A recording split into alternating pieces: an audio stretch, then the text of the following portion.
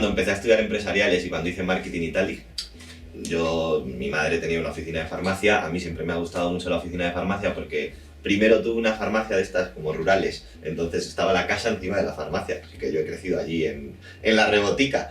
Así que al final yo dije, bueno, es que una farmacia es una empresa como otra cualquiera, en su funcionamiento, ¿no? Con las connotaciones que tiene el hecho de que sea un establecimiento sanitario, pero tiene mucha parte que es de gestión como la de cualquier otra empresa, y yo ahí pensaba que hacía falta tener ciertos conocimientos que en farmacia pues quizá no se tenían. Luego, la verdad que los he usado menos de lo que yo pensaba que los iba a usar, pero bueno, ahí están. Incluso hubo una época en la que trabajé vendiendo seguros. Cuando acabé empresariales, estuve en una correduría de seguros. Llevaba 5 o 6 años aquí, dije, pues voy a probar otra cosa. No llegué al año. O sea, al año dije, no. Me vuelvo, que esto no es para mí.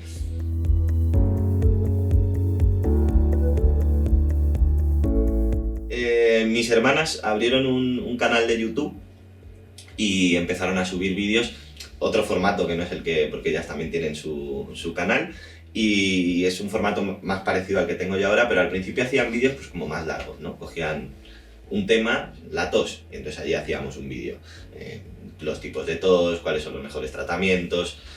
Duraban pues eso, entre 5 y 10 minutos en función de la temática, y es verdad que eran vídeos pues más serios, ¿no? Pero que no veía nadie.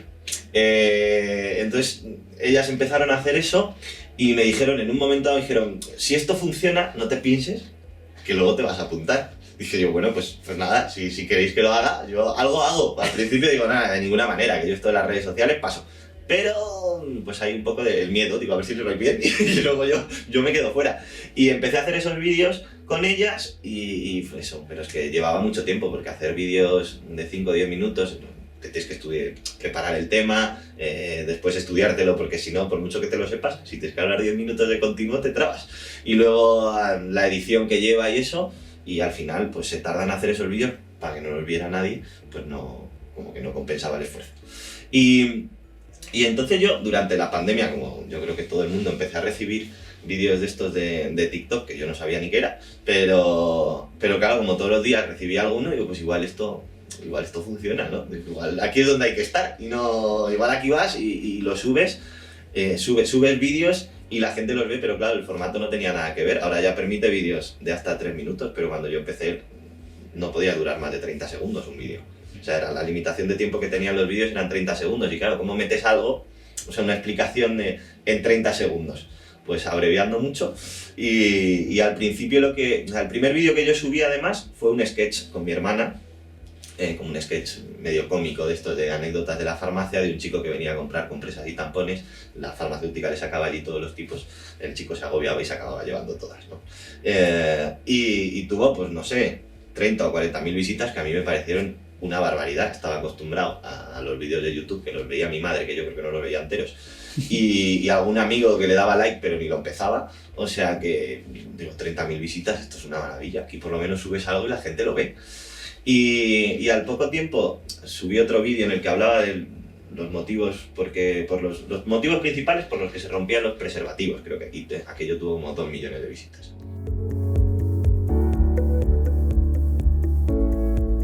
Primero, TikTok no es una red social, eso es lo que dicen ellos. Yo estaba en alguna reunión con ellos, en alguna conferencia en el que yo iba como de partener de ellos, y lo primero en cuanto les dan un micro es que dicen que ellos no son una red social. La realidad es que es cierto, porque conforme las redes sociales normalmente lo que hacen es fomentar la interacción entre usuarios, TikTok no. TikTok de hecho la limita. TikTok es una plataforma de vídeos, es en ese sentido pues una plataforma de entretenimiento, pero su objetivo es que la gente esté viendo vídeos. No como en Instagram, que sí que es verdad que intentan que la gente interactúe, pero en TikTok nadie puede contactarte, no te pueden mandar un mensaje privado. Yeah. Bueno, si tú les sigues, ellos te siguen, pero o sea, como que hay mucha limitación a la hora de la interacción entre usuarios, cosa que en Instagram no hay. En Instagram cualquiera te puede escribir, salvo que tú tengas específicamente puesta la opción de que nadie pueda acceder a tus mensajes, pero en TikTok eso no pasa. Instagram fomenta dentro de un post o dentro de un vídeo que haya debate y que la gente se conteste. TikTok no. TikTok, de hecho, tiene una limitación de 150 caracteres, que si quieres explicar algo es complicado. Y además desordena los comentarios. Cuando hacen un hilo de comentarios los desordena de forma, o sea, que tú los entras a leer y no tienen sentido, no tienen orden cronológico. Entonces es muy complicado. Entonces, en ese sentido es cierto, ellos no fomentan la interacción. Entonces, es mucho más, es cierto que es más dinámico porque la gente va a ver vídeos. Así que yo creo que la principal diferencia es esa, que no intentan funcionar como una red social.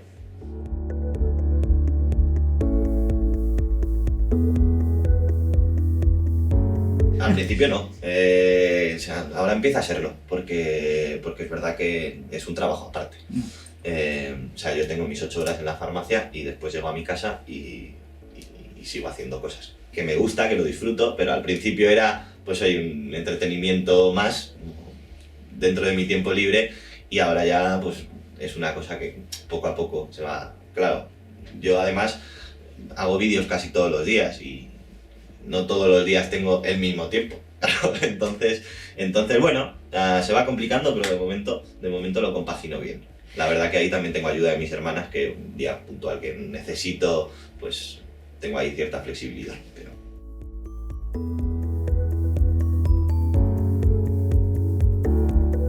Lo importante es el mensaje, eso está claro. Y el resto no es más que el contexto que le das para que el mensaje llegue. En realidad yo creo que es más al contrario. Tú puedes tener el mejor mensaje del mundo, pero los demás tienen que querer escucharlo. Da igual que tú tengas un mensaje maravilloso, no, si puedes ser el tío que más sabe del mundo, pero o adaptas el mensaje a quien quieres que lo reciba, o da igual, porque no lo van a recibir. Entonces, claro, es difícil esto, ¿qué es primero?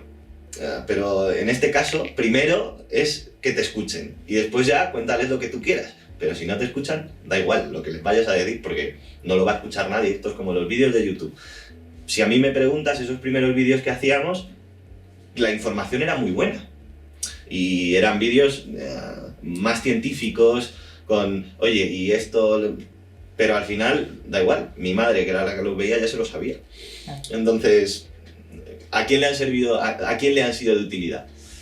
Pues a mí, para aprender a estar delante de la cámara y soltarme hablando, pero al final no los ha visto nadie, con lo cual, bueno, y sobre todo cuando tú entras en una red social nueva como, bueno, una plataforma como es TikTok, en el que la gente, o sea, allí ya hay gente, o sea, y al principio es verdad que ahora ya la media de edad está subiendo mucho porque se ha popularizado más, pero cuando yo empecé a hacer vídeos, la mayoría de la gente era gente muy joven, que es que encima les vas a contar algo que en principio no les interesa.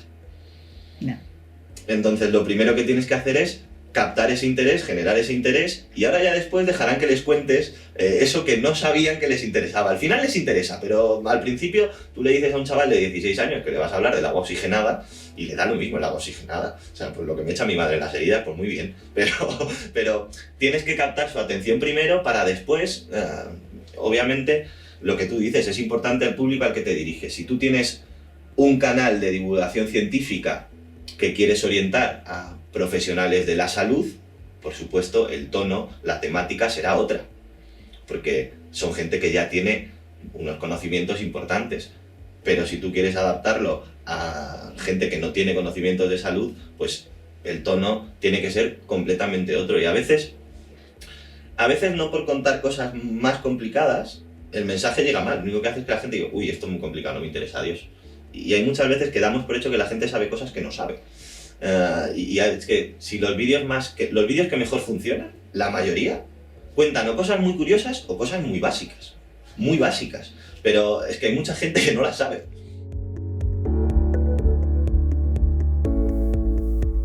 Que haya más desinformación, todo lo relacionado con la sexualidad además se hace súper viral.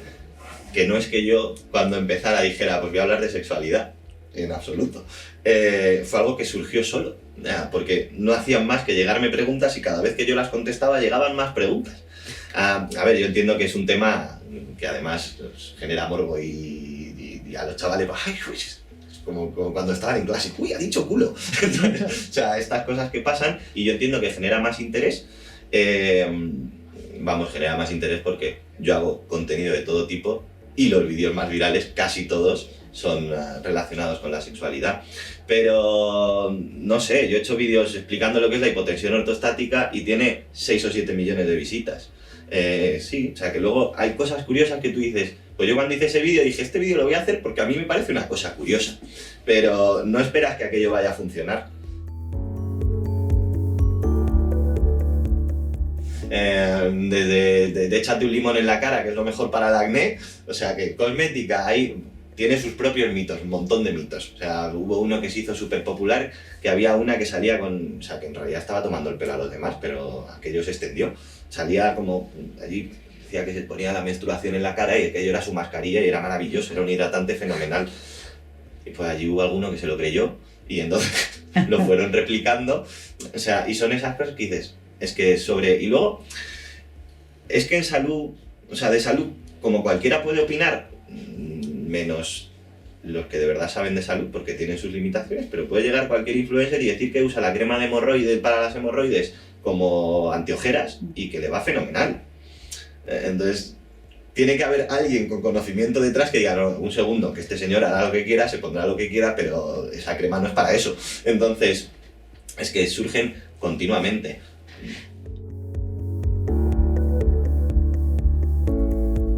Ahora mismo no, porque primero ya hay cuentas muy buenas, con información científica muy buena, a las que yo sigo. O sea, yo no me seguiría a mí mismo, pero seguiría otros perfiles que a lo mejor tienen menos difusión, pero porque claro, el público es más reducido.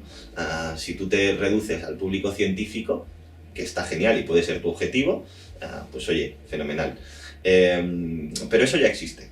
Ya existe y sobre todo a mí es que me gusta estar en contacto con la gente a la que le cuento las cosas, que luego es la gente que tengo detrás del mostrador. Es lo que a mí me gusta más. Entonces, ¿me lo he planteado? De momento no. No sé si más adelante.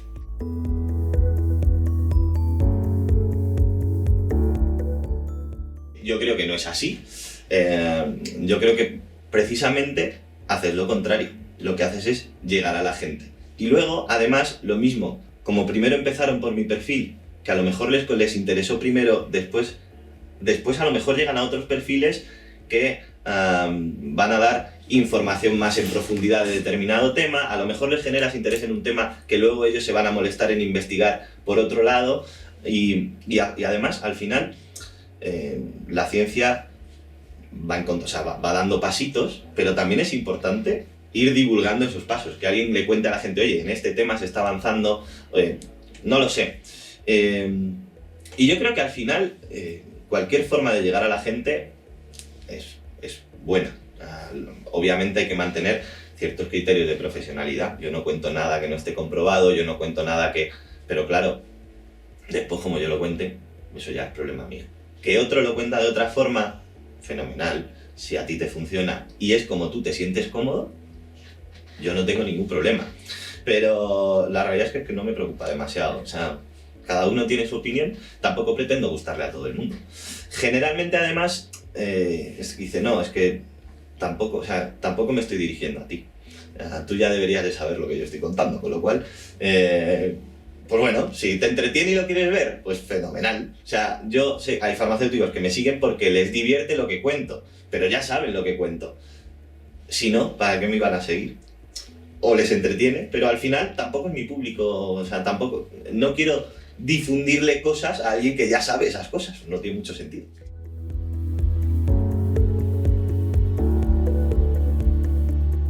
La verdad que no lo sé, yo creo que, o sea, en su momento yo estaba seguro de que había que tener más conocimientos de gestión, pero claro, yo estudio empresariales para eso, entonces, pero entiendo que es algo innecesario, o sea, es demasiado para lo que te va a hacer falta, pero yo creo que es importante tener conocimientos de gestión y gestión de cuentas, porque toda esa parte menos romántica de la farmacia también existe y es imprescindible para la viabilidad de un negocio.